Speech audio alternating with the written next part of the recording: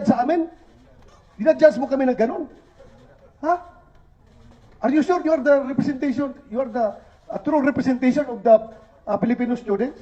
The AFP, which is tasked to preserve. Chair, since sinabi naman lang itong ating resource person about nung kay Sanchez case, alam nyo, gusto lang ninyo talaga akong sirain, kaya kinukuha nyo yung sinasabi ko na gusto niyo akong butasan. Did you know na ako mismo gusto kong bitayin yung Sanchez na yan? Ha? Ayaw for death penalty. Kung may death penalty nun, dapat nabitay na yung Sanchez na yan. Pero, kayo naman, ayaw naman yung death penalty. Ngayon, bigyan na second chance dahil na-reform na yung tao, according to the computation, eligible siya for pardon, ayaw na naman nyo. Saan na kami pupunta? Anong klaseng pag-iisip na? Saan kami pupunta? Gusto ko death penalty, ayaw nyo. Ngayon, i-release yan dahil walang death penalty. Titirahin na naman nyo ako. Ako bang gumawa ng batas na yan? Eligible siya by operation of law. Dahil sinabi ng batas. Ganon. Respetuhin natin. May batas na ganon. Pero hindi ko kagustuhan yan. Kung akong gusto mo samahan mo ako, bitayin natin yan. Magandang araw sa atin lahat mga kababayan. Balikan natin ang video kung saan nagkaharap sa Senado itong Senator Bato de la Rosa at itong baliw na si Raul Manuel sa pagdinig sa Senado patungkol sa ROTC, kung saan ay dinuro-duro nga siya ni Senator Bato de la Rosa at ginawa na parang tuta at hindi nga nakaasta at nakapagsalita ito ng maayos pagkatapos ilihis ang isyo sa usapan ng ROTC. At imbis na ang pag-usapan ay patungkol sa gagawing batas patungkol sa ROTC, ay gumawa ito ng kung anumang isyo na ikinagalit at sumabog sa galit nga itong si Senator Bato de la Rosa.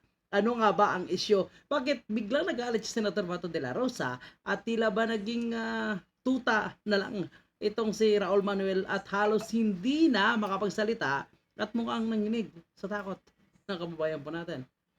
Siguro kung mahirapan tayo na i-uphold yung ganito, such as law enforcement and rights awareness, magkakatalo na lang kung amongst the ranks of our public officials ay hindi po nag-agree doon. Lalo na if we have a senator who will say na okay lang na makalaya at may second chance yung isang rapist na mayor, habang yung mga mahihirap ay madaling tokhangin na lamang. Yun lang, maraming salamat. Yes, Chair, can I react? Of course, of course. Ang layo naman ng sinasabi mo, Mr. Kasama ba yan dito sa hearing yung comment ko na yun? Ang layo naman. That's an affront to We want human rights as part of the curriculum of Please, NSC. Layo please naman, oh. let Senator Bato finish. Ang layo naman nung bakit ka nagkaganon? Ano na nangyari sa utak nyo? Ha? Ang layo naman. We can send you a copy of Ah? our position paper. Ang layo. Nagkautak alikabok na nga mga kababayan po natin para ma-justify lang ang kanilang pagkokontra sa ROTC ay gumawa na lang ito ng ibang issue at sinabing human rights umano mga kababayan po natin. Kahit na ang kanilang pilit na i-impose ay mali-mali na at doon pa rin nakapunto sa paniniwala nitong kalaban ng bayan ay talagang papanindigan po nila. Pero hindi ito obra sa Senado, lalo na Senator Bato ang kanyang nakaharap. Kaya napahiya at tumiklop nga itong si Raul Manuel. At saka, I take offense on your what you said na yung ROTC is a misrepresentation of nationalism. Anong tingin mo sa amin? Anong tingin mo sa... Ganon ka na mag-judge sa amin? Dinadjudge mo kami ng ganon? Ha?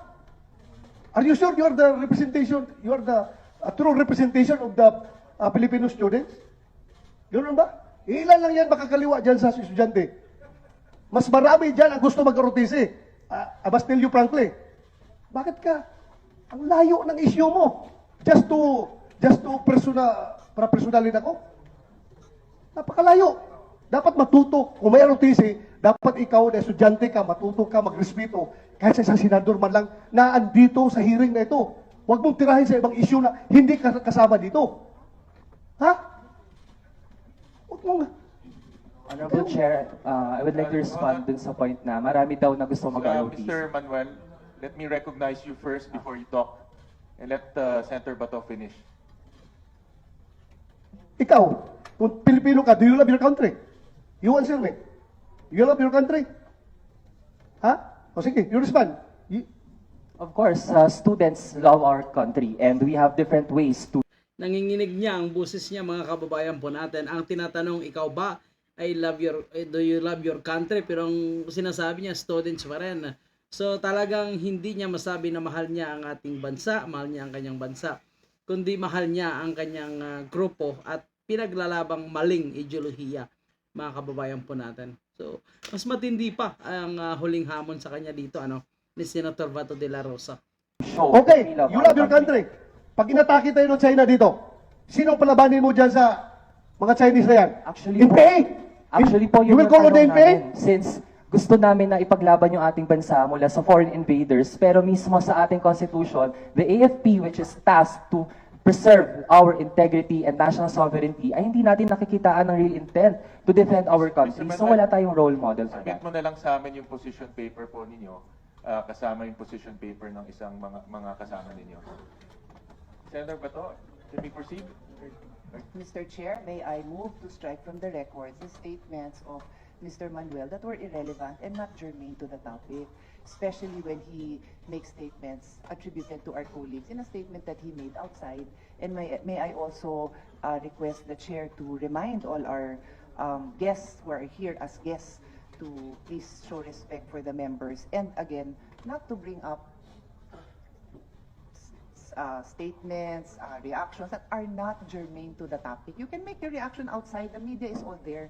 They will listen to you. But let's stick to the course. We're all here overtime, and you need to use our valuable time to say something to the good senator. I know him so well. If you had something to say, he will talk to you. So may we remind everyone of that, Mr. Chair. Thank you, Senator Pia. Sir, Mr. Chair, si- dagdagan ko lang.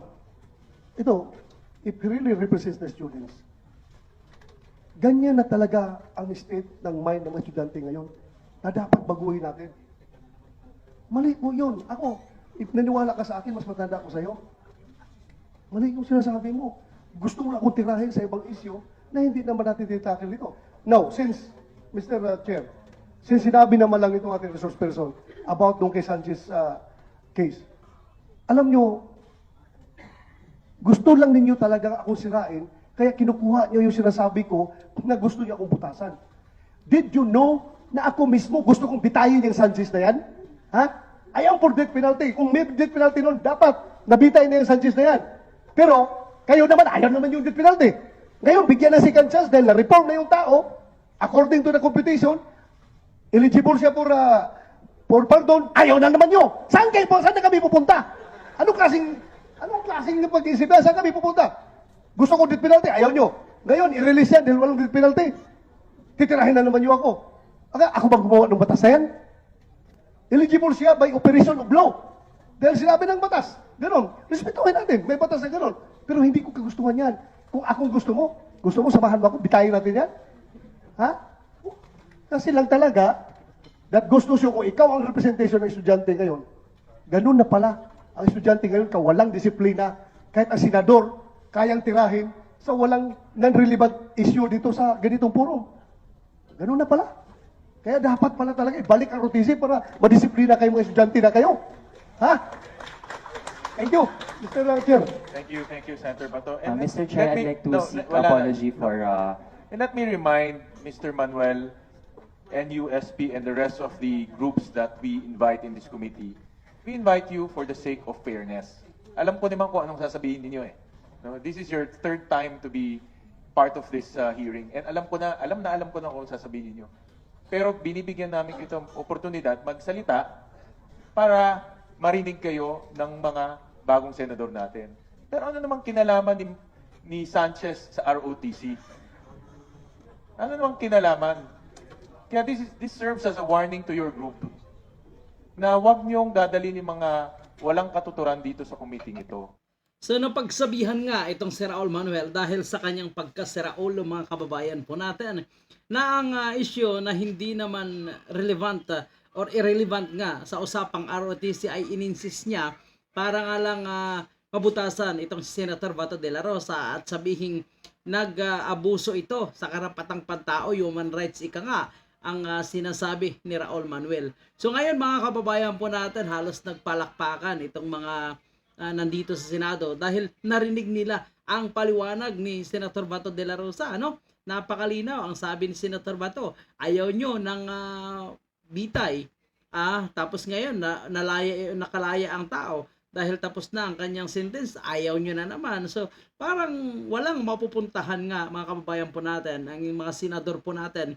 Dahil ito talaga ang mga makakaliwang ito, lalo na itong si Raul Manuel, mga kababayan po natin, ay ang kanilang kagustuhan ay magiging pabor sa kanila at gusto masiraan ang mga nagsiservisyo ng maayos sa taong bayan. Tingnan nyo, 71% sa kabuuan na mga Pilipino ay pabor na ibalik ang ROTC. So, sino ba ang kumukontra? So, baka yung less than 30% ay sila lang din yan na sumasali sa survey para kunwari kontrahin. Pero nakikita natin, napakataas ng porsyento ng mga Pilipino na gustong magkaroon ng ROTC para maibalik ang disiplina sa kabataan.